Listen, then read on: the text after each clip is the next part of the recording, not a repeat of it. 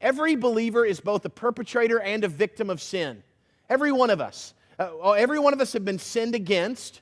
If I wanted to say, raise your hand if anybody's ever lied about you, said something mean about you, done something angry toward you, caused you to look differently than you really are, misunderstood what you did and told somebody else it was different. If anybody's ever done a Facebook update that was negative toward you, they've ever cut their eyes at you or smirked at you or told a joke about you, or every one of us would be like, yeah, I've been sinned against. I've been lied about. All that's happened in my life. But we would volunteer that. We're like, yep, they did it. It was their fault. I was the victim. And that was mean and it hurt. And I don't like it. And I remember that, right? We've all been a victim, but we've all also been a perpetrator of sin. All of us have hurt other people, harmed other people, done things that caused pain in other people's lives. And if you miss this about yourself and think that when it comes to sin, you're just a victim, you'll miss a big part of God's perspective that He wants you to have.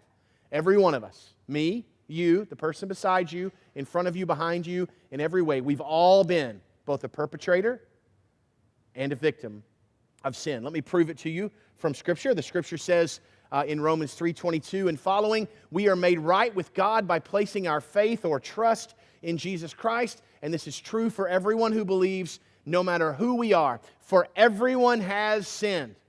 We all fall short of God's standard, right? We all do, every one of us. But then thinking about being a victim, the next passage that would be important for us to look at is in Matthew 18. Jesus is teaching about forgiving people. We forgive people when we've been a victim of their sin. Then Peter came to Him and asked, Lord, how often should I forgive someone who sins against me? 7 times? And Jesus says, no.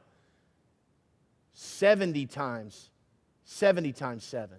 You see what I'm saying? Not 70 times. In other words, an infinite number of times. Continue to forgive. Jesus seems to say, because you've been a perpetrator of sin, when you are a victim of sin, forgive indefinitely. I asked my kids as we left church last week, I said, what is the mathematical equation 70 times 7? Now, I hope that one of my kids' math teachers doesn't ask this question and get a different answer, because one went 490. Mathematically, that's the right answer, right? And I said, nope, that's not the right answer. He went 70 times 7 is not 490. I went, not in this case. Not in this case. It's infinity. And when you're 9 years old, infinity is the coolest thing in the world.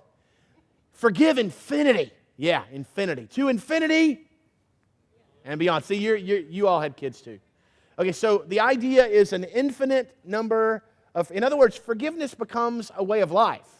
It's not just something you do, it's part of who you are. You are a forgiving person, and it kind of comes out of you in all of your relationships. And before I move into today's teaching, basically it comes down to this. The longevity and the health of your marriage, the longevity and the health of your friendships, the longevity and the health of other important relationships in your life will not depend on whether or not somebody messes up, because they're going to. The longevity of your marriage and your friendships and other relationships will depend on whether or not you and the person you're in a relationship with are good at forgiving. If you're not, then relationships will end regularly. If you are, then relationships can last a lifetime. You hear what I'm saying? So that kind of builds the basis for where we are today. So here's what we come out of this. A lot of folks kind of contacted me. I had some email conversations, some private Facebook messages, and different things after the first week. And here's kind of the gist of it, the idea. Brad, I appreciate the teaching about the ideal.